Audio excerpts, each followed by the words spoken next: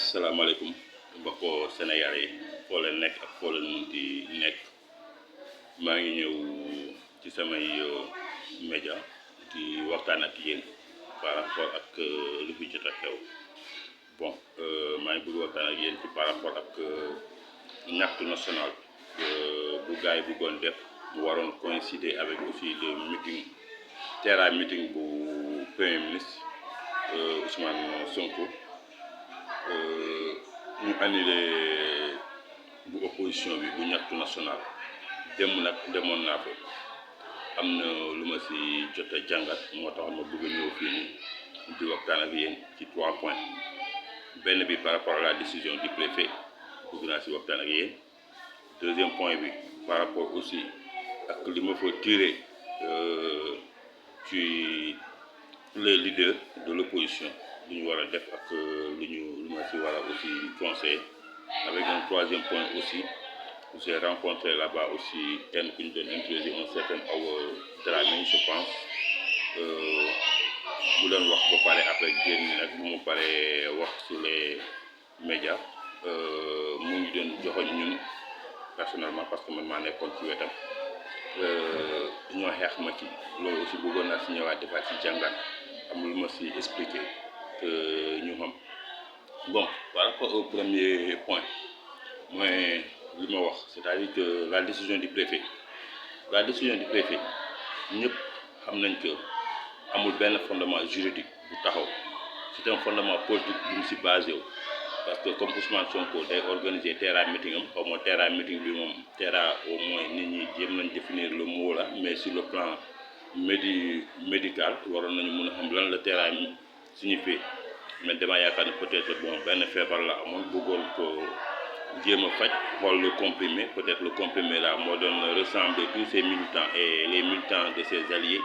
sur le plan national indi leen stade peut-être pour mu mun a faju ñëpp wax nañu Ousmane Sonko comportement am lan moo koy bëggal lan moo koy kii mooy muy taxaw di yor micro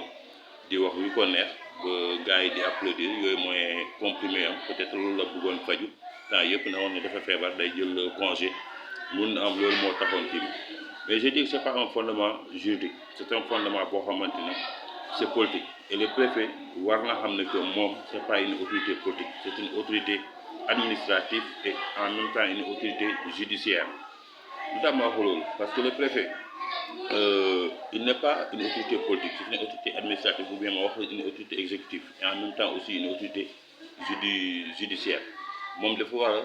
basé wu sur la légalité sur le droit buy annuler benn affaire dafa war a basé wu sur la légalité sur le droit mais moom basé wul ci loolu dafa basé wu sur un fait politique mais normalement bu waroon na bàyyi terrain meeting am opposition am seen marche su ko defee comme ñee ñu ngi wax ne ñoom ñoo ëpp majorité ba léegi après bu boobaa nit ñi bu ñu xoolee sur le plan de la mobilisation sur le plan de la massification ñaari tendance yëpp tendance de l'opposition et tendance du parti au pouvoir bien que parti au pouvoir dafa jël territoire national yëpp dajale leen mais or que l'opposition ñoom dañoo yem simplement ci les militants de Dakar ak loo xam ne les citoyens libres et conscients comme sama genre yi dañoo jël seen engagement bopp dem fekk ji leen pour jàppale leen ci marché yi donc bu ko préfet defoon loolu noonu da doon gën a leer ñu xam ba léegi nit ñi fan la ñu féetee nit ñi fan la ñu nekk et bu boobaa la ñuy xam ne que wax nañu il n'y a pas d'opposition. Je pense que l'opposition est bel et bien là. Ce qui n'existe pas peut-être c'est un leader d'opposition boo xam ne bu féroce bu osé bu am courage jàkkaarloo ak ñoom là aussi je vais en revenir. Voilà ce que je voulais dire tout simplement sur la décision du préfet bi décision bi amul benn fondement juridique benn fondement politique la et foofu tamit maa ngi ñaax nit ñi nekk ci administration s'ils sont là-bas par rapport ak seeni diplôme s'ils sont là-bas par rapport ak seen compétence nañuy jéem a xool bépp décision bu ñuy def nañ ko basé wu ci juridique mais lii buy am da ngay dem ba benn moment da ngay laajte que est-ce que autorité yuy jël ay décision yu ñëw parce que on pense que seen diplôme moo leen fi wala seen jàng moo leen fi indi mais day dem ba day melaat ni que ñoom politiquement lañ fa ñëwee dafa mel ni peut-être dañ leen beral loxo ba indi leen ci poste yooyu mu nekk benn poste politique parce que dafa mel ni nekkatul benn poste de compétence benn poste boo xamante ni diplôme moo la fa indi man des fois loolu laay si daf may xaw a jaaxal tuuti trop quoi parce que bu dee yow sa njàng moo la fa indi wala sa xam-xam moo la fa indi waroon nga mun a am que réew mi dafa am ay loi dafa am ay règles dafa am noo xamante ni fépp foo koy def war nga ko basé ci légalité mais bu ma xoolee ci lu bëri décision yu ñuy jël que ça soit au niveau des collectivités territoriales, que ça soit au niveau des services publics, que ce soit au niveau de la justice, que ça soit au niveau bépp parti boo jël dafa mel ni toujours sont des décisions politiques yoo xam ne day am fondement politique mais y a pas un fondement juridique loolu tamit vraiment ñu ngi si ñaawlu trop ci autorités yi nañu bu baax ñoom seen nekkin foofu seen compétence ak seen kii pour que nit ñi mun a xam ne que lii nii dafa am fu mu basé wala bu dee aussi ñëwuñ fa pour seen jàng wala seen xam-xam ñun ñu xam loolu laa bëggoon wax ci point bi nii pour te dire que la décision du préfet vraiment amul benn fondement juridique. Deuxième chose mooy li ma jàngat par rapport ak leader yi ni le droit à la marche est rédigé dans la constitution sénégalaise loolu boo leen ko ñaanee préfet may leen wala mayul leen war ngeen am fit wàcc sur le terrain parce que daf leen ko war a may waraloon ci am tiitaange wala ragal que dañuy dem prison wala dañuy tëj wala néeg bi leader politique bu bugg a jiite ay nit ay askanam waroo ragal prison wala nga ragal que dañ lay gaañ dalaa war a wàcc sur le terrain loolu day motiver ñu bëgg ñëw sax di la ci jàppale day motiver les citoyens boo ñëwee nga taxaw nga réer gisoo fi benn astuce boo xam ne bu lay wane que ñii ni dañoo ñëw pour ça xaaral ma jege leen pour ñu mun a am benn bloc loolu da ngay xaw am problème parce que ñun hier ñëw nañ fa heureusement je dis bien que les médias nous ont jàppal nañu médias yi jàppal nañu parce que médias yi bu ñu traversé di bëggoon introduire Adama Fall ak Assane Diouf il paraît moom aussi génn woon na am na fu mu nekkoon ñoom lañ doon wër mais ci média boobu noonu la ñu bëri ñëwoon foofu noonu casé wu ci ay coin ci lañ gis média bi après topp média bi ci finalement la ñu mujjee am sax benn bloc heureusement aussi am benn coalition xal li yoon bi ñëwaat tamit aussi fekk ñu si heureusement ñoom sax amoon nañu benn identité boo xam ne mënoon nga leen remarquer parce que avec leur t-shirt là boo leen gisee di nga xam ne ñii dañuy marche mais ñeneen ñi ñëpp c'était tapis dans l'ombre parce que mënoo xam ne kii lii la fi ñëwee wala lii la fi ñëwee mais boo fa gisoon benn leader au moins benn courage xam ne ñii nii loolu et tamit aussi foofu laa waxoon ne damay ñëwaat pour jox conseil par rapport aux leaders yi ñu leen di ñaan mooy boo leen bëgg a def benn affaire na ngeen wàcc sur le terrain nit ñi am fit fekk leen fi nit ñi aussi mun a mobiliser wu mais sinon dañuy ñëw réer parce que boo ñëwee gisu benn leader xam nga fooy taxaw maa ngi leen di ñaan bu dee vous êtes dans l'opposition am ngeen courage yéen ñëpp na ngeen jéem a booloo yéen ñëpp opposition on n'a pas besoin de savoir kii moo ëpp majorité wala kii moo ëpp majorité wala kii moo ëpp kii pour le moment lu ñu bëgg a xam mooy que ngeen xam ne que citoyen dañoo doyal ci régime bii nii les citoyens dañoo doyal ci régime bii nii léegi nag pour que loolu mun a matérialiser ba pare nit ñi mun a xam fan la ñuy féete après dans quel parti d'opposition wala dans quelle coalition la ñuy dem yéen leaders yi wàcce leen sur le terrain nit ñi gis leen am fit mun a mobiliser wu parce que man personnellement je peux dire que dama fa dem en tant que politique mais mun naa ne je ne peux pas m'identifier en tant que tel parti politique loolu naa si ñëwaat après bu mooy ñëwaat ci tout après lu ñu leen ñaan mooy na ngeen am au moins ñaari comité d'organisation boo xamante ni ñoom ñooy gérer ñoom ñooy coordonner xool organisation bi nan lay demee en même temps aussi ngeen am benn comité de communication pour que nit ñi mun a communiquer wu mun a xam fan la nit ñi féete fan la nooy ñëwee nooy accès foofu nit ñi mun ko am wala s'il faudra aussi bu yooyu amee en cas de refus de la marche ñu mun a organiser ay front yu bëri ci biir Dakar on peut le faire et il faut avoir le courage de le faire Sonko ëpp ñu fit nañu xam ne lu mu mun def dans l'opposition on peut le faire avec lui nañu xam ne lu mu munoon def dans l'opposition on peut le faire avec lui faut que bu dee on ne peut pas se mobiliser en un seul lieu on peut ouvrir beaucoup de fronts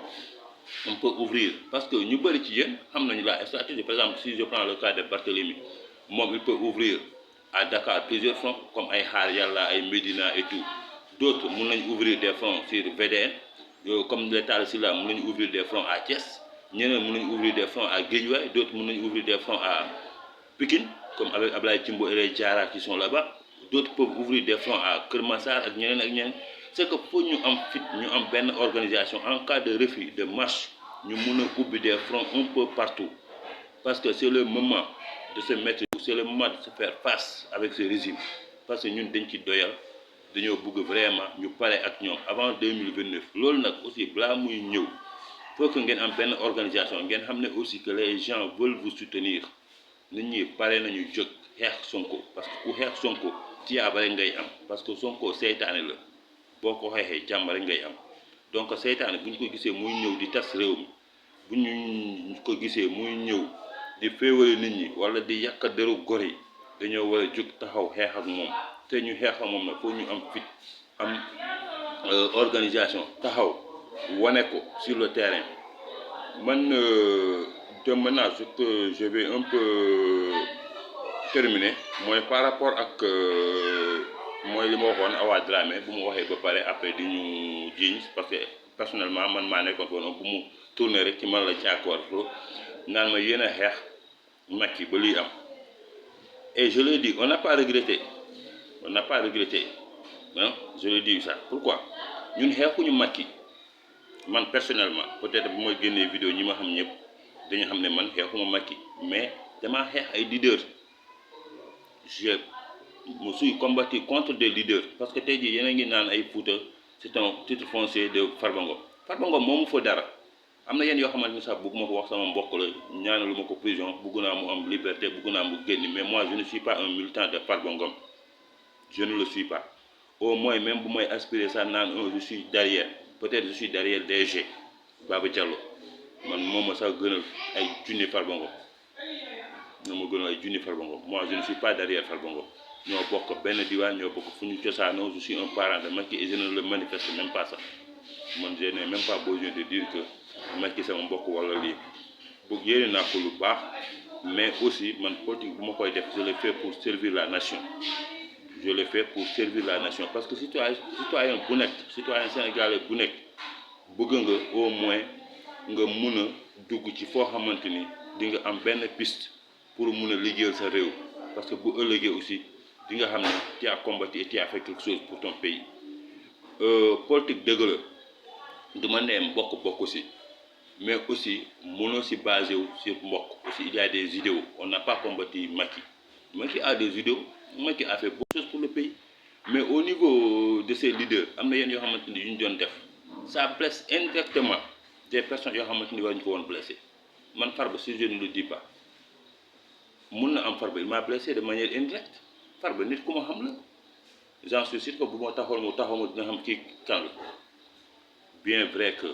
mënul ne man directement mais am na ñoo xam ne ñu ma gën a jege bu leen gisoon dina jaar seen tur mais man aussi bu muy màgg à ngi doon man j'étais là-bas j'étais enfant te xam naa ko maintenant nag je ne suis pas son militant je suis plus rapproché à DG Baba Diallo que par rapport à Farba et ça je le dis maintenant nag j'ai combattu des leaders du parti de l'APR au niveau de la région de Matam parce que seen jëf lañ doon jëf parce que ñun ñu fa nekk ñëpp on est dans l'administration on travaille dans l'administration a ses règles nañu bàyyi règles yooyu appliqué aussi les agents de l'administration waruñ ci beral loxo par exemple je prends le cas de le mouvement des enseignants am na ay postes yu bëri c'est compétition la nañu bàyyi gars yi compétition ku am ay points gagné direction boo koy gagné nga gagné ko ak say points ay intendant boo koy gagné nga gagné ko ak say points wala say diplôme nga gagné ko surveillance la même chose censeur c'est la même chose mais boo jëlee ay nit jël leen teg leen foofu noonu am na kenn koo xañ ci sa mbokk la mais pourtant sa mbokk la kooku tu penses que tu ne l'as pas blessé de manière indirecte et tu penses que ceci kooku dina taxaw di la défendre Farba ce qu'il a fait c'est ça beaucoup de directions d'école beaucoup de intendants beaucoup de censeurs beaucoup de surveillants généraux dafay jël di ko jox ay nit pour simplement sa base politique mais ñeneen ñi même bu ñu mun na am sax ci base politique bi lañ nekk mais bu ñu ñëwul ñaan ko dafa waroon bàyyi les règles continuer c'est que nit du nit ku nekk moo mun a ñëw ci nit ki di ko ñaan dafa am ñu gore am ñoo xamante ni mënuñu sol seen daal di dem ci nit ki di ko fekk ci di leen ko ñaan te surtout des choses yoo xamante ni c'est réglementé. Loolu laa la bëggoon expliquer Awa Dramé. On n'a pas combattu Macky, on a combattu la pratique de certains leaders di blesser les gens de manière indirecte, même bu ñu nekkoon ci parti bi sax dañuy dem seen yoon, parce que kenn bëggu fi nekk di si sonn ci nen. yow ngay ñàkk boo ñàkkee ba pare après la reconquête du pouvoir ñeneen ñooy ñëw di servir.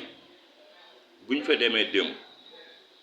ñaata nit nga fa gis, am na ñoo xamante ni sax pourtant ils ont bénéficié du régime de Macky, mais kenn du fa wàcc ci terrain ba àdduna jeew duñu wàcc ci terrain. mun naa la ne ba parti bi reconquérir le pouvoir ñooñu duñu mus a wàcce ci terrain, te saa bu APR gañaatee pouvoir ñoom ñooy ñëwaat di kanaan kii sama jarbaat la, kii sama kii la, placé ko fi placé ko fi. léegi mooy la, vous pensez que les gens là vont se travailler pour comme ça rek? ñoom ñooy sonn, ñoom ñooy ñàkk, ñoom ñooy dem sur le terrain, ñooy def ay confrontation, ñooy massifier le parti, ñooy indi beaucoup de nit pour ñu adhérer parti bi. te bu paree ñooñu ngeen di jël sànni leen fe ngeen indi seen i mbokk ngeen teg. du ma nee sax seen mbokk parce que ñun ñi ci mbokk yi lañ bokk. des fois je ne dis pas ay mbokk parce que ñun ci mbokk yi lañ bokk. am na yenn yoo xamante ni aussi nekk te wax bu leen ñuy wax ni on a combattu Macky, on n'a pas combattu Macky, seen pratique la ñu combattre, seen jëf la ñu doon xeex. nit boo njabootee ñu bëri am na ay règles yoo xamante ni mun na leen définir bàyyi leen foofu. Maintenant des postes politiques il faut le donner à des gens qui ont été au service. affaire bi bu muy metti ñoom ñoo nekkoon fi di taxaw di xeex, boo leen di jox ñooñu nga war a jox, mais pas parce que ñeneen ay suñuy jarbaat lañ te di bëri si ñoom sax dañuy moytu ci ñeneen. loolu laa bëggoon wax ci affaire en train de defaat son secrétaire général national, son secrétaire exécutif national, te tamit aussi maa ngi koy ñaan c'est bien de le faire, mais aussi ne bañ a fàtte la jeunesse. Et aussi même au niveau des départements, au niveau des communes,